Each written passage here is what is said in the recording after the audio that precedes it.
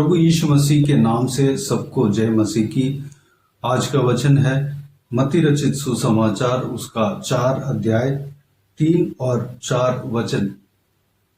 तब परखने वाले ने पास आकर उससे कहा, यदि तू परमेश्वर का पुत्र है तो कह दे कि ये पत्थर रोटियां बन जाएं। यीशु ने उत्तर दिया, लिखा है, मनुष्य केवल रोटी ही से नहीं परंतु हर एक वचन से जो परमेश्वर के मुख से निकलता है जीवित रहेगा।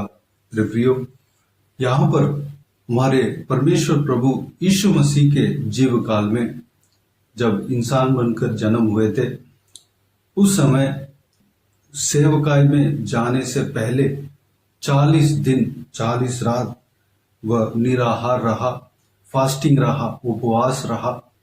उस समय उनको भूख लगी। तब परखने वाले यानी कि शैतान, इब्लिस भी जिसको कहलाता है, वह हमारे प्रभु यीशु के पास आया और वह यह कहकर परखने लगा कि यदि तू परमेश्वर का पुत्र है तो कह दे कि ये पत्थर रोटियां बन जाएं। वह प्रभु यीशु का उस सिचुएशन को जानकर गिराने का कोशिश किया। यीशु मसीह को भूख लगी, उस भूख के बदले में वह एक लालसा दे रहा है और जो प्रभु यीशु के अंदर जो पावर है उसको गलत तरीके से इस्तेमाल करने के लिए उकसा रहा है। मेरे प्रियो, हमारे जीवन में हमारा जो कठिन सिचुएशन को वह इस्तेमाल कर सकता है। हमारा सिचुएशन को वह जानकर वह हमारे पास आकर हमें परख सकता है। हमें उस सिचुएशन का हल को शॉर्टकट तरीके से निपटाने के लिए, शॉर्टकट तरीके को अपनाने के लिए वह उकसा सकता है। हमें इस विषय में चौकस रहना है। परमेश्वर हमें पावर दिया है, परमेश्वर हमें सामर्थ्य दिया है, हमें अभिषेक दिया है, हमें उनका सामर्थ्य से भरा है और हमारा मुंह से निकलता है जो बातें हैं उसमें पावर दिया है। जो कुछ भी हम बात बोलते हैं, हम प्रार्थना करते हैं, परमेश्वर उसको सुनता है, उस प्रार्थना का उत्तर देता है। हमारा बातों में परमेश्वर ताकत दिया है क्योंकि हम परमेश्वर का पुत्र हैं। परमेश्वर का वचन को बोलते हैं, पढ़ते हैं, हमारा मुंह से परमेश्वर का वचन निकलता है।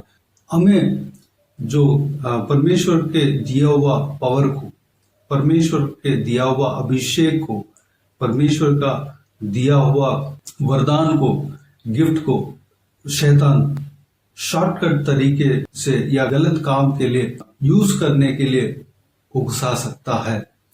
हमें चौकस रहना है। यहाँ पर प्रभु यीशु मसीह को इसी प्रकार कहता है, अगर प्रभु यीशु अगर चाहेगा तो जिस तरह कहता है वैसे वे कर सकते थे। पूरा पत्थर को रोटियां बना सकते थे और खा सकते थे।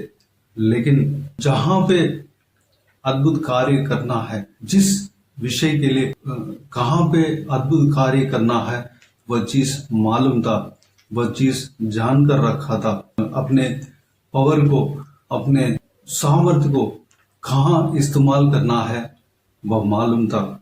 प्रभु यीशु सारे मानव जाति को उद्धार देने के लिए ही आया है और दूसरों के लिए उस सामर्थ्य को इस्तेमाल करना वह जानता है। दूसरों के लिए वह सामर्थ्य को इस्तेमाल किया। हम इस सामर्थ्य को हम सुसमाचार की किताबों में हम देख सकते हैं। मत्ती रचित सुसमाचार उसका 14 अध्याय 13 से लेकर 20 वचन तक जब हम देखते हैं तो यहाँ पर 5 रोटी और 2 मछली को धन्यवाद देकर वह 5000 से अधिक लोगों को खिलाते हुए हम देख सकते हैं। हमारे परमेश्वर प्रभु यीशु मसीह के अंदर वह सामर्थ्य था वह कुछ भी कर सकता था, पत्थर को रोटियां बना सकता था, लेकिन अपने जो सामर्थ, उनके अंदर जो सामर्थ था, जिसके लिए इस्तेमाल नहीं करना चाहिए, जिस काम के लिए इस्तेमाल करना चाहिए, वह जानता था। मेरे प्रियो, हमें गलत चीजों के लिए प्रार्थना नहीं करना है, तो प्रभु के वचन के खिलाफ जो कार्य है उसके लिए हमें प्रार्थना नहीं करना है। प्रभु यीशु हमसे कहता है, जो कुछ हम परमेश्वर प्रभु यीशु से, उनके नाम से जब हम मांगते हैं, परमेश्वर प्रभु यीशु हमें देता है।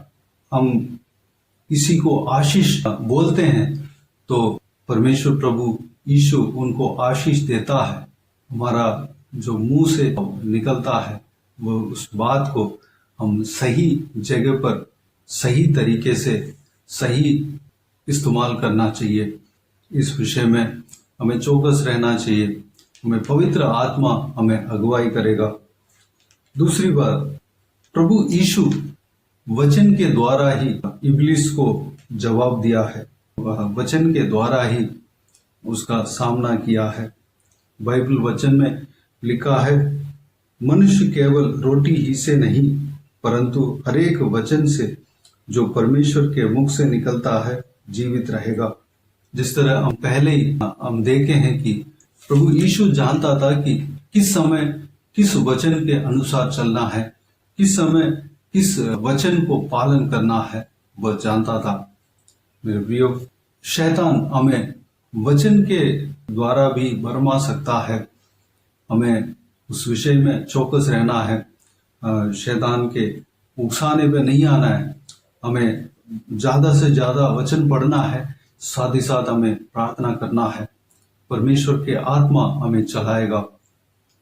कौन सा सिचुएशन में कौन सा वचन को हमें इस्तेमाल करना है, वह हमें प्रभु यीशु ही, उनका आत्मा ही हमें बताएगा। मेरे प्रियो, जब शैतान हमें उकसाता है, कैसे भी हमें गिराना चाहता है, लेकिन प्रभु यीशु हमारा उदाहरण है। प्रभु यीशु हम किस तरह जीना है, परीक्षा में कैसे सामना करना है, कैसे जीतना है, प्रभु यीशु हमें उदाहरण देकर गया है। प्रभु यीशु जिस तरह कहा है, जिस तरह जीता है, उस तरह हमें जीतना है। हम जीत सकते हैं। प्रभु यीशु जिस तरह हमें सिखाया है, जिस तरह हमें उदाहरण देकर गया है, उस तरह हम भी जीत सकते हैं। हम भी प्रभु यीशु की तरह वचन का ज्ञान रखना है और प्रार्थना में लगे रहना है, उपवास करना है और प्रार्थना करना है। ये सारा चीज हमारे जीवन में रहना है। पवित्र आत्मा का अगुवाई हमारे जीवन में होना चाहिए। पहला वचन में इस प्रकार लिखा गया है कि तब आत्मा यीशु को जंगल में ले गया ताकि इब्लिस से उसकी परीक्षा हो। पवित्र आत्मा ने ही उन्हें जंगल में ले गया। पवित्र आत्मा जिस तरह चलाता है, उस तरह जब हम करेंगे, हम हमेशा जीत पाएंगे।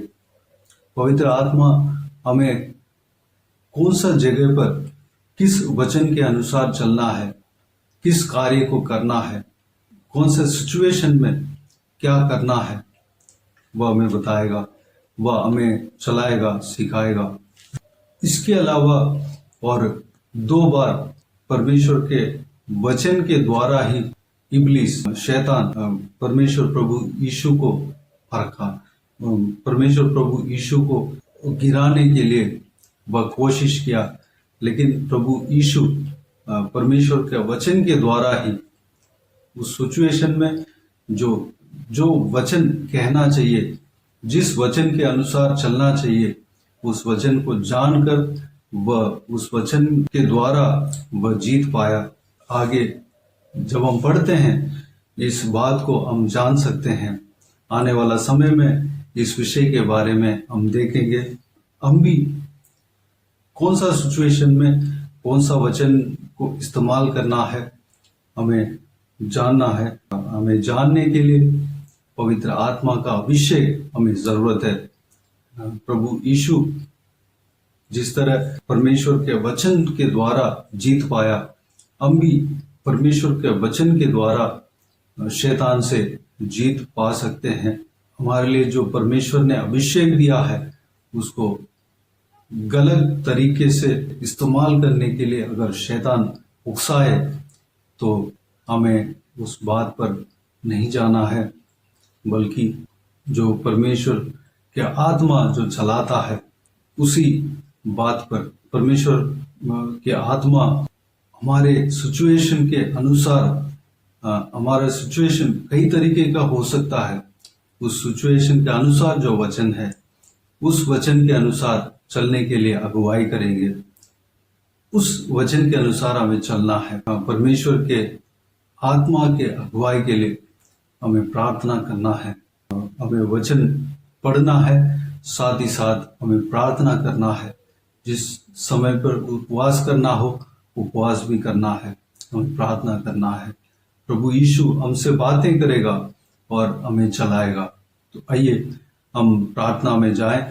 स्वर्गीय पिता, दयालु परमेश्वर, आपको धन्यवाद देता हूँ आज के इस बहुमूल्य वचन के लिए। आपको धन्यवाद देता हूँ परमेश्वर, बीते हुए दिनों में हमें संभाला, बचाया, सुरक्षित रखा। आपको धन्यवाद देता हूँ पिताजी, आज का इस संदेश के लिए, आपके बहुमूल्य वचनों के लिए आपको धन्यवाद देता हूँ परमेश्वर।